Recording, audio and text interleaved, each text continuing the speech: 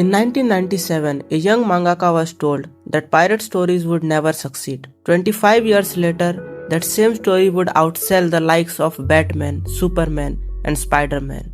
This isn't just the story of One Piece. This is the impossible rise of the most successful manga in the history. And to understand how that happened, we need to go back to the beginning. Ichiro Oda wanted to become a mangaka from a very young age. When he was only 4, he decided he would become one, mainly because he didn't want to have a real job, something many of us can relate to. His earliest inspiration came from a manga called Monster Kid. A single panel from that series sparked his love for drawing. Later, he became fascinated by an animated show called Vicky the Viking, which introduced him to the world of pirates, an idea that would later change his life forever. As he grew older, Oda began reading shonen manga aimed for teenagers. That's when he discovered about Dragon Ball. Akira Toriyama's work deeply influenced him and showed him something important. It showed him that how influential an anime or manga can be, and it could also be pursued as a real career.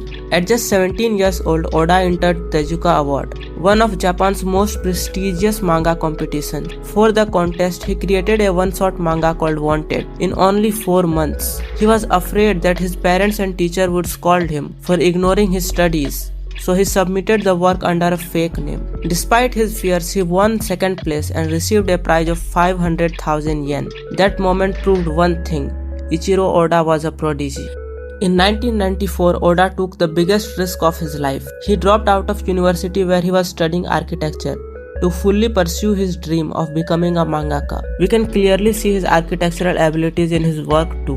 Oda joined Weekly Shonen Jump as an assistant, a painful but necessary path for most manga artists. Many assistants work for decades and never publish their own series. During this time, Oda learned how to work under strict deadlines. While continuing to submit his own work, he faced rejection again and again. But he didn't stop. He created 2 versions of a story called Romance Down. One of them featured a pirate named Monkey D. Luffy. In 1997, Weekly Shonen Jump finally accepted it. Ichiro Oda was only 22 years old at that point. One Piece was gaining popularity from the start, but it was not as popular. But in 1998, One Piece received its anime adaptation, allowing it to reach wider audience. Its popularity steadily increased over the years. However, during the Skypiea arc, growth temporarily slowed.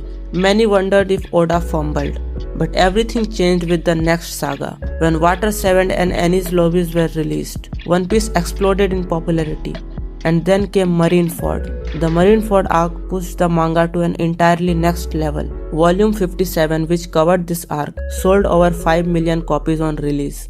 At that time, it became the highest first print sale for any book ever published in Japan. From that moment on, it was clear One Piece was destined to become the best-selling manga of all time. Today, One Piece has sold over 500 million copies worldwide, with more than 400 million copies sold in just Japan alone. Every volume has crossed over 1 million sales. The series has broken multiple Guinness World Records, including the most copies published for a single manga series by one author, most DVDs released for a TV anime, and the largest gathering of people wearing a straw hat. What began as a risky pirate story became a global phenomenon. One Piece didn't win because of fights. It won because of emotion, because people saw themselves in these characters. Dreams, failure, freedom, hope. In a world full of darkness, Luffy reminded people to keep smiling. With unforgettable characters, unmatched world building, and a story built on dreams, One Piece became more than a manga. After 25 years, it isn't just the best-selling manga of all time. It's a legacy. Thank you so much for watching.